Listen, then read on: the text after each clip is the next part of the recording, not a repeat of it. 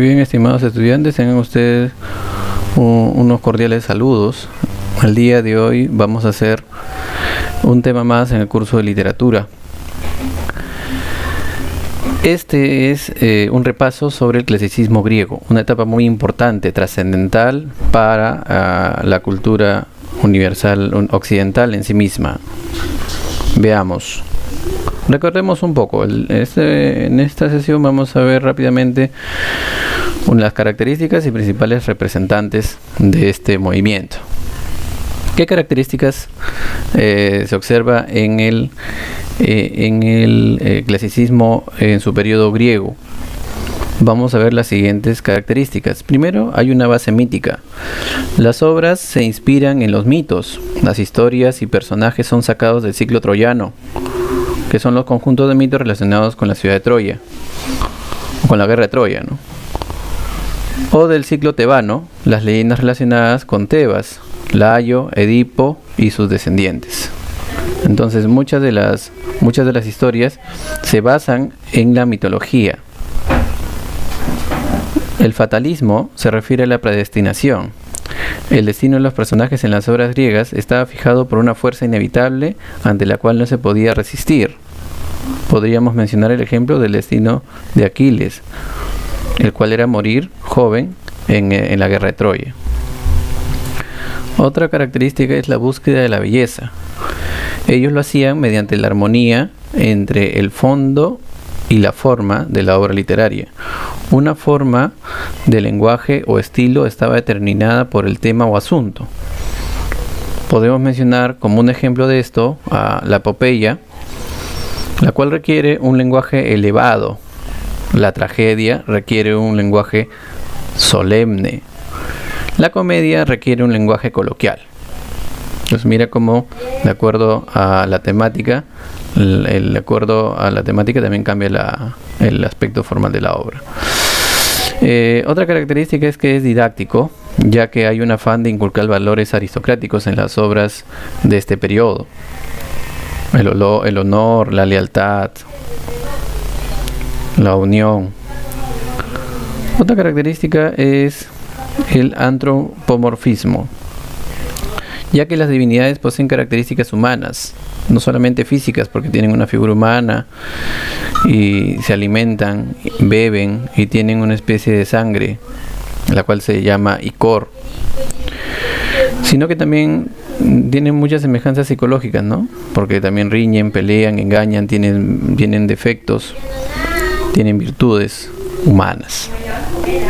Es así que nosotros podemos observar las etapas del desarrollo de este periodo literario como clasicismo, ¿no? El cual se extiende hasta Roma, pero el día de hoy vamos a revisar solamente las dos primeras etapas, que son el periodo jónico y el periodo arcaico. Mira los periodos, mira la época, mira los siglos antes de Cristo, ¿no?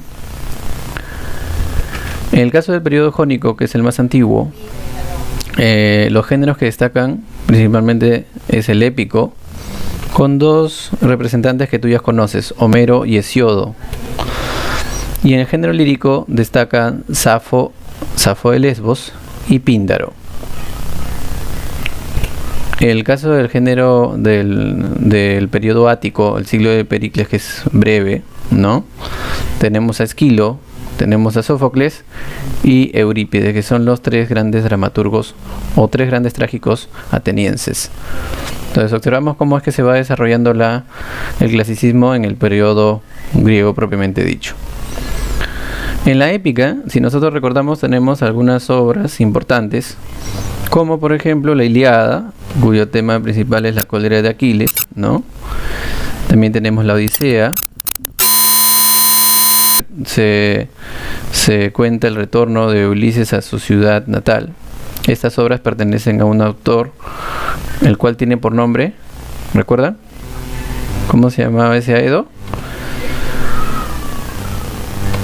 Sí, él es Homero, ¿no? Homero destaca pues por una épica que presenta a héroes y sus hazañas militares.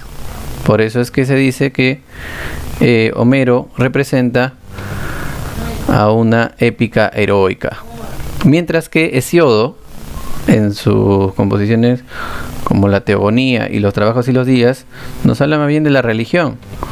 Por eso hablamos de una épica didáctica en cuanto a la obra de Hesíodo. Entonces miren las comparaciones entre estos dos autores del periodo jónico, de estos autores épicos. Como segunda actividad vamos a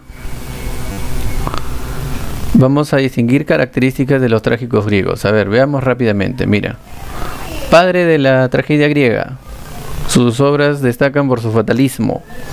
Incorpora el segundo autor y se caracteriza por ser religioso. Ahí están sus obras: Los 7 contra Tebas, Prometeo encadenado. ¿Sabes quién es? El más grande de los trágicos. Sus obras cuestionan al destino. Sin embargo, el destino avasalla a los personajes también en sus historias. Incorpora el tercer actor e introduce la psicología, o explora la psicología de los personajes. Sus obras son Edipo y Antígona. Mientras que el tercero, ¿no?, es considerado como el más trágico de los trágicos. En sus obras predominan las pasiones sobre la moral. Por eso es que altera los mitos y se destaca por un realismo, ¿no? Y entre sus obras tenemos pues a Hércules y las suplicantes. ¿De quién estamos hablando? Bueno, a ver, ¿sabes de quién estamos hablando? Sí, Eurípides. El segundo, ¿quién era? Sófocles. Y el primero que mencionamos fue Esquilo. Entonces mira cómo poco a poco, ¿no?, van evolucionando. Y como de Esquilo, que era un autor religioso que respetaba los mitos, que se ceñía a los contenidos de la religión, Sófocles cuestiona eso, pero el que ya lo niega es Eurípides, ¿no? Entonces Eurípides hace que sus personajes no sean fatalistas, sino más bien que sus personajes decidan su destino a partir de sus pasiones, a partir de sus virtudes o defectos. Por eso se dice que Eurípides humaniza la tragedia griega, ¿no? Y finalmente recordemos entre la Ilíada y Edipo Rey, ¿no? ¿Quién es el autor de la Ilíada? Homero, ¿no? ¿Cuál es la especie de la Ilíada? Es una epopeya, ¿no? Está escrita en verso. También observamos que pertenece al ciclo troyano. Mientras que Edipo, ¿no?, Edipo Rey, tiene como autor a Sófocles, ¿no? Es una tragedia, está constituida por diálogos y además pertenece al ciclo troyano y tiene como tema la cólera de Aquiles. Finalmente debemos recordar que el clasicismo es el primer movimiento literario occidental, o primera época literaria occidental, la cual nos va a servir como modelo, para las posteriores movimientos o corrientes literarias de Occidente. Fue un placer, cuídense mucho, que les vaya bien, hasta otra oportunidad.